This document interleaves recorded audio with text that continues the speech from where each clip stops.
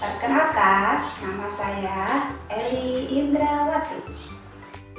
Kali ini saya akan membahas tentang teori kognitif. Apa sih teori kognitif itu? Apa itu teori kognitif? Teori kognitif adalah teori belajar yang berpandangan bahwa proses belajar lebih penting daripada hasil belajar. Proses belajar lebih penting daripada hasil belajar.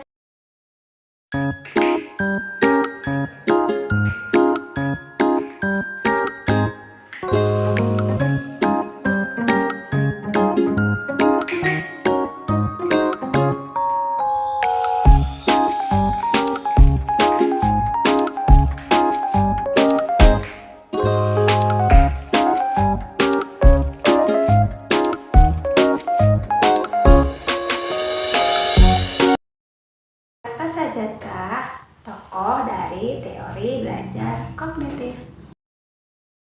Yang pertama adalah Yang Piaget. Tentu kalian sudah tidak asing kan dengan Yang Piaget. Yang Piaget terkenal dengan teori tahapan perkembangan. Teori tahapan perkembangan Yang Piaget menerangkan bahwa setiap anak yang berbeda usia akan berbeda pula tahapan perkembangannya. Ada 4 tahapan perkembangan menurut Yang Piaget. Yang pertama, tahap sensori motor, yaitu tahapan perkembangan dari anak usia 0 sampai 2 tahun. Yang kedua, tahap praoperasional, yaitu usia 2 sampai 7 atau 8 tahun.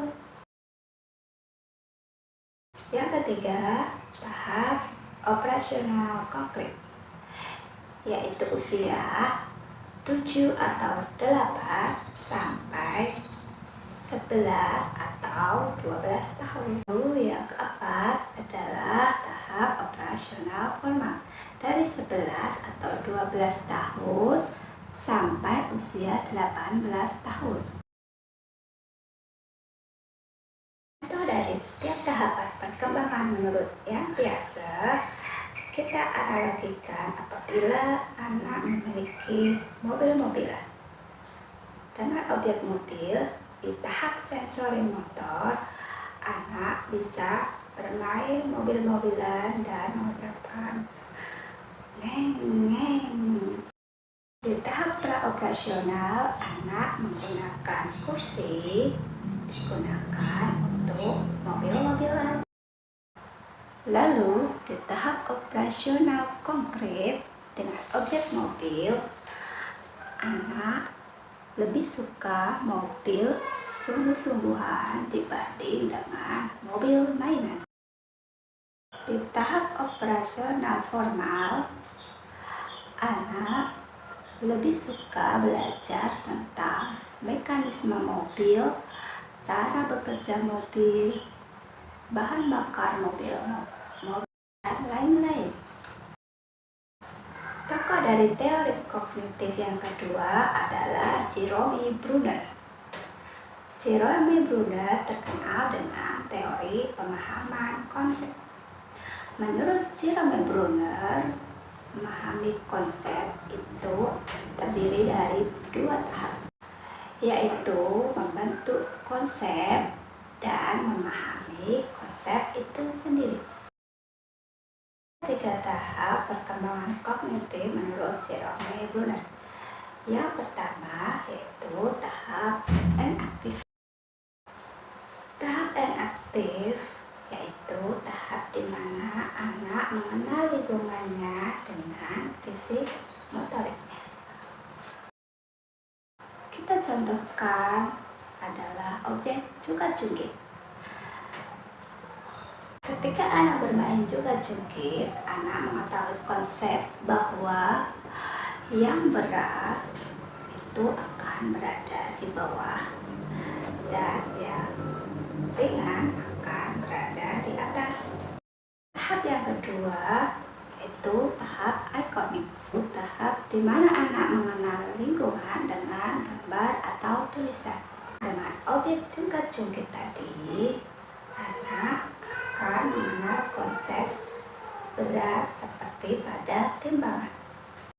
Tahap yang ketiga, tahapan perkembangan zero baby Brunner adalah tahap simbolik. Tahap simbolik adalah tahap di mana anak bisa menggunakan bahasa, logika, dan matematika.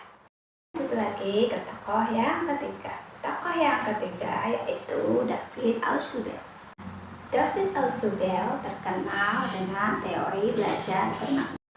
Menurut Ausubel, belajar memahami konsep lebih bermakna daripada belajar menghafal. Pembelajaran bermakna menurut Ausubel yaitu mengurutkan materi dari umum ke khusus. Kita contohkan seperti kita belajar menggunakan tema, sub-tema. Yang kedua, menurut Ausubel, ringkasan dasar konsep didasarkan dari konsep lama ke konsep yang baru. Kita contohkan pada perkembangbiakan sapi.